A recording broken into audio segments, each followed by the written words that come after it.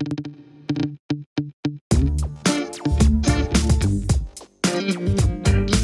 guys, welcome back to Bergadget. Ini adalah Vivo Y27s. Line up Y series daripada Vivo ni memang akan menawarkan sebuah smartphone yang lebih mesra dompet, tapi menawarkan spesifikasi yang menarik. Dan Vivo Y27s ni antara smartphone bajet terbaik yang ada dekat market sekarang ni, yang menawarkan Snapdragon 680 serta memiliki pengecasan sepantas 44W. Dan macam biasa, kalau namanya smartphone Vivo, memang akan buat design yang premium, design yang cantik. Seperti yang ada pada Vivo Y27s ni, warna yang digunakan sangat cantik. Warna hijau dia ni memang nampak premium lah. Vivo namakan dia sebagai Garden Green. Dan yang buatkan design dia nampak lebih cantik adalah apabila back panel phone ni terkena cahaya, dia akan pantulkan efek seperti glitters. Memang nice gila.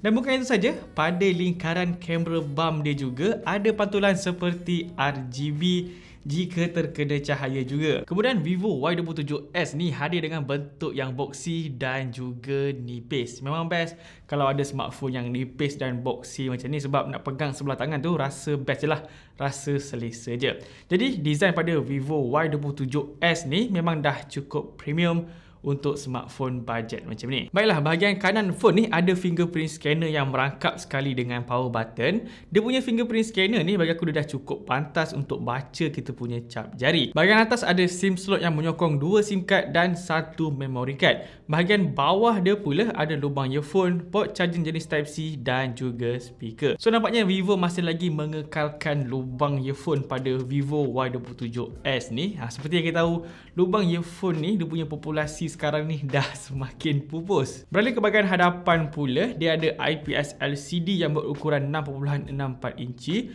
resolusi cukup tinggi Full HD+, kemudian ada refresh rate setinggi 90Hz.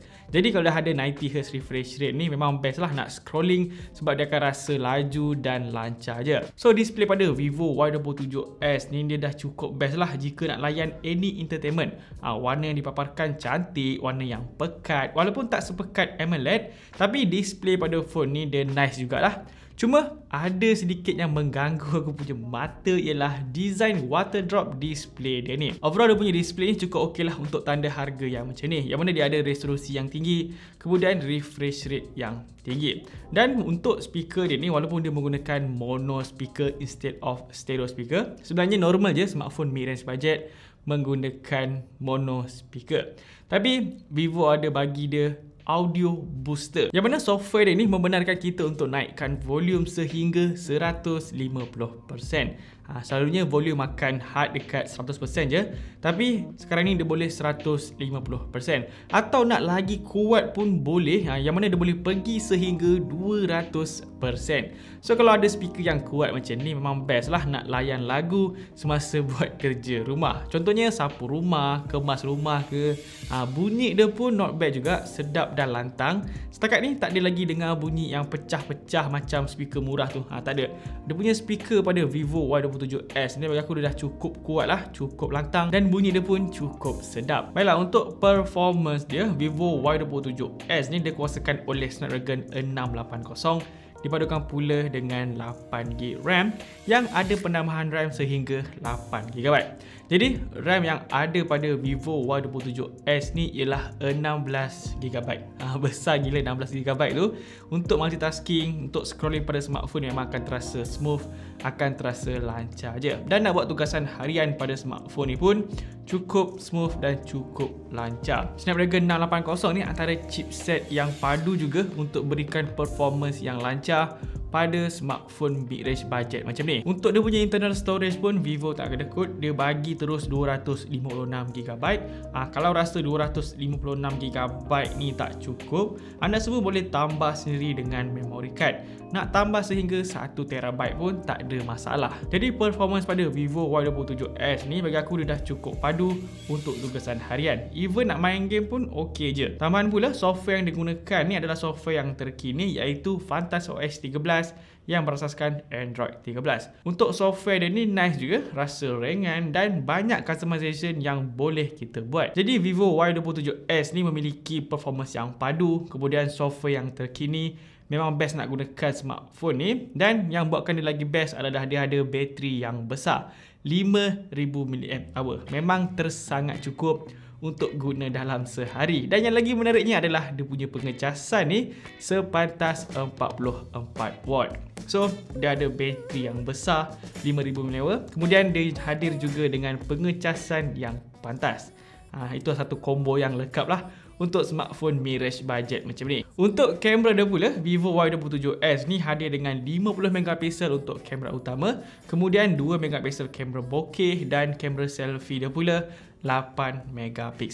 Hasil kamera dia cukup cantik, detail banyak, details yang tajam, warna yang cantik, pengawalan cahaya dia pun cukup baik. Dan kamera dia ni banyak juga ciri-ciri yang menarik. Contohnya pada portrait mode, yang mana dia ada banyak portrait style dan juga light effect. Untuk hasil pada kamera selfie dia pula, Vivo adalah Vivo yang mana selalu fokus untuk berikan kamera selfie yang cantik. Dynamic range dia pun kelihatan okey, skin tone pun dalam keadaan yang baik. Dia tak kusam sangat dan tak orange sangat. Just nice je untuk kamera selfie dia ni. Untuk rakaman dia pula, Vivo Y27s ni boleh merakam pada tetapan 1080p 30fps. Hasil dia bagi aku just nice je lah untuk phone budget macam ni. Korang rasa macam mana? Cuba komen sikit untuk hasil rakaman video dia ni. Antara kelebihan lain yang ada pada Vivo Y27s ni adalah dia hadir dengan IP54. Jadi kesimpulannya, dengan tanda harga RM799, kita akan dapat sebuah smartphone mid-range budget yang memiliki design yang cantik. Lagi-lagi warna hijau ni memang highly recommend. Kemudian ada performance yang padu yang mana dia gunakan Snapdragon 680 beserta RAM yang besar 8GB dan juga ada penambahan RAM sehingga 8GB. So total RAM yang ada pada smartphone ni ialah 16GB. Internal storage dia pun besar 256GB. Bateri dia pun besar 5000 mAh.